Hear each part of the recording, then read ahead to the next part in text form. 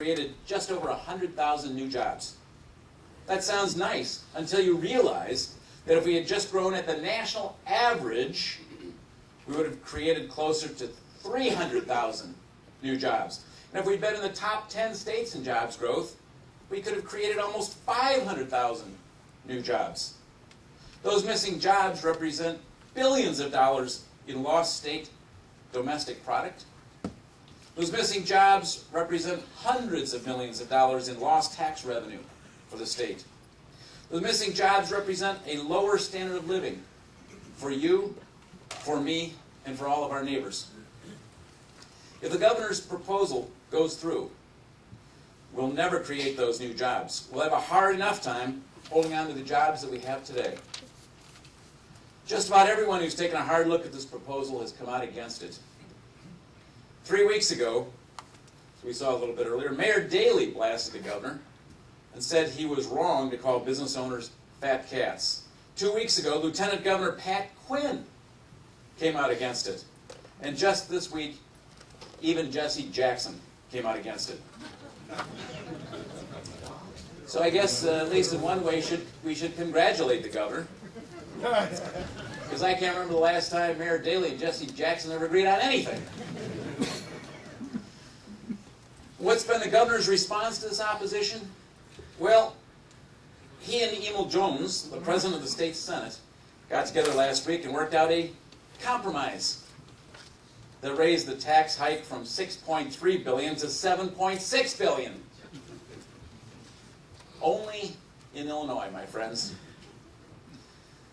If you want to keep your business in Illinois, if you want to keep your employees on the payroll, if you want to help your own family and your neighbors, then get active, get mobilized, get moving, talk to your friends and neighbors about what's going on.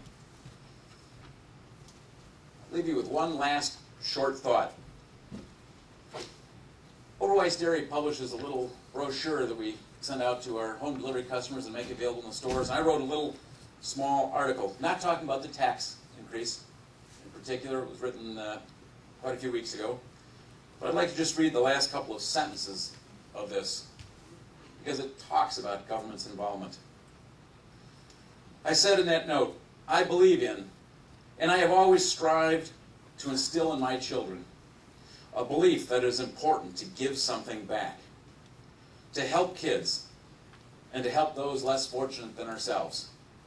I believe further that we can do a much better and a more efficient job of helping others than our government can possibly do. Government must be a last line of defense to help those in need. We must be the first line. Thank you all for coming this evening.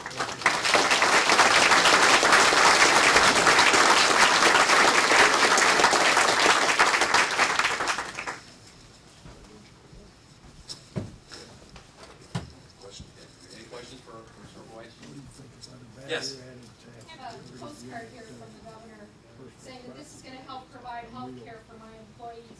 How are they planning to help me with that? Well, exactly what I was talking about in that last letter. I don't believe that the government should be the first line. It should be the last line, ultimate defense. I think that we need to have an opportunity to do that. His argument is, we're going to go out and raise this big tax, and then we're going to turn around and spend it on more health care for everybody. I think there are much better ways to do that.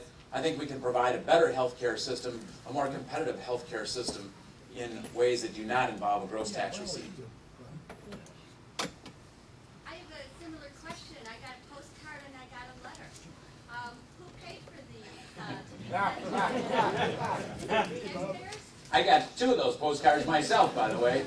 I don't know the answer for that. Do you know, Joe? Some of his efforts special interest money. Other parts of his efforts is government funding. Do we know what list he used? I heard a question being asked that if he used the Department of Revenue list, that he possibly broke the law. Is anybody looking into that? City Canary probably will be. I suspect, or I assume that he had a list of businesses that had revenues of less than $1 million, and that's where it sent out to, because I got them addressed to a couple businesses that I have that are smaller. Yes? Add another layer of bureaucracy?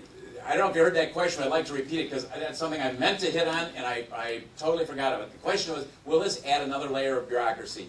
And I think Phil was at least implying earlier, if we have to raise taxes, and I don't believe we do, by the way. I think we have a spending problem, not a revenue problem. I think we need to get control of spending in the state, and I don't think Blagojevich has any clue as to how to go about that. But I believe that's what we must and should do.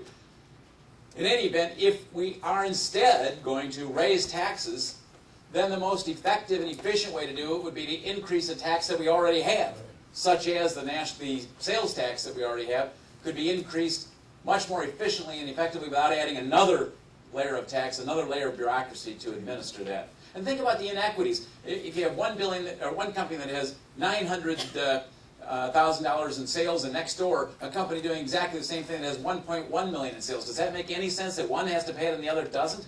No. And does it make any sense to tell a company, okay, you're at 900,000 in sales. If you do well and you grow your business and expand and hire more employees and do $1 million worth of business, now we're going to charge you the tax.